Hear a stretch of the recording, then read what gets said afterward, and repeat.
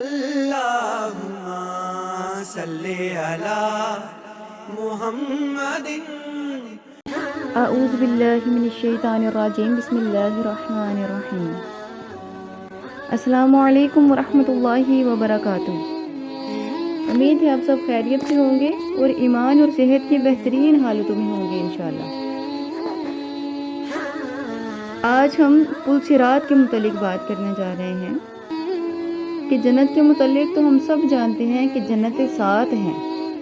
البتہ اس سے پہلے کے ادوار کے متعلق ہماری رائے یہ ہے کہ پل صراط صرف ایک ہوگا جس پر حضرت آدم علیہ السلام سے لے کر قیامت تک کے تمام لوگ گزریں گے اور وہیں ان کی جزا و سزا کا فیصلہ ہو جائے گا.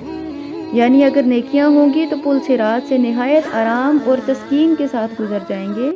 اور چونکہ پل صراط کے متعلق حدیث ہے کہ پل صراط تلوار سے بھی زیادہ تیز ہے اور بال سے بھی زیادہ باریک ہے، مگر پل صراط کی چوڑائی کا تعلق بھی اعمال ہی سے ثابت ہے کہ جس کے نیک عمل زیادہ ہوں گے وہ پل صراط سے انتہائی آرام سے گزر جائے گا، کیونکہ اس کے لیے پل صراط انتہائی چوڑا ہو جائے گا.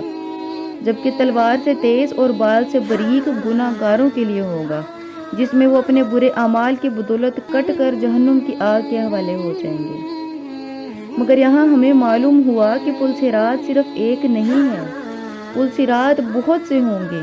اور بعض روایات کے مطابق ہر امت کے لیے ایک پل ہوگا اور بعض روایات کے مطابق ہر قوم کے لیے ایک پل ہوگا.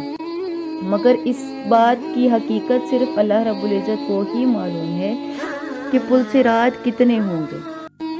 ویڈیو کا آغاز کرنے سے پہلے میری آپ سب سے گزارش ہے کہ ویڈیو کو لائک اور چینل کو لازمی سبسکرائب کریں تاکہ آگے آنے والی اچھی ویڈیوز، اسلامک ویڈیوز آپ تک پہنچ سکیں اور دین اسلام سے متعلق آگاہی حاصل ہو سکے. جزاک اللہ.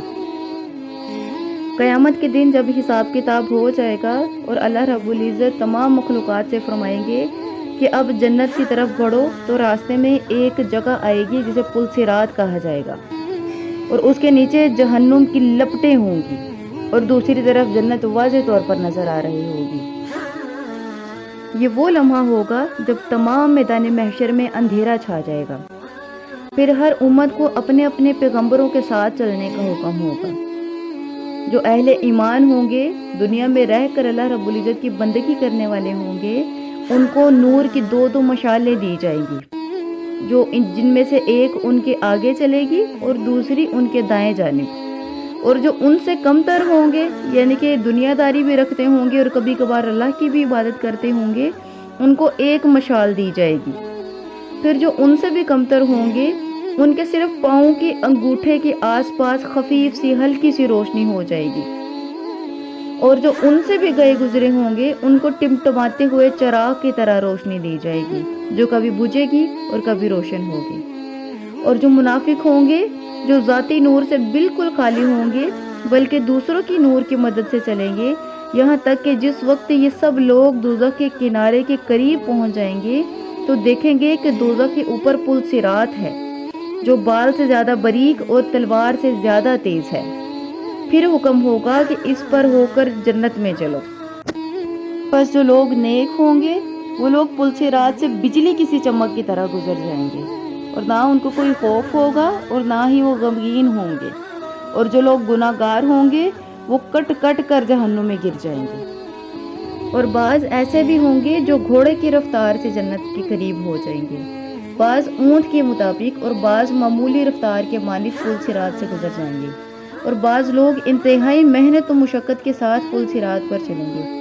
اس وقت دوزخ میں سے بڑے بڑے انکس یعنی کہ جانور نکلیں گے جو ان میں سے بعض کو تو چھوڑ دیں گے، بعض کو کچھ کاٹیں گے اور بعض کو کھینچ کر دوزخ میں لے جائیں گے. اور اس طرح جزا و سزا جو ہے وہ مکمل ہو جائے گی. پھر نیک لوگ انتہائی آرام کے ساتھ جنت میں چلے جائیں گے اور برے لوگ انتہائی برے طریقے سے ہمیشہ کے لیے جہنم حاصل ہو جائیں گے.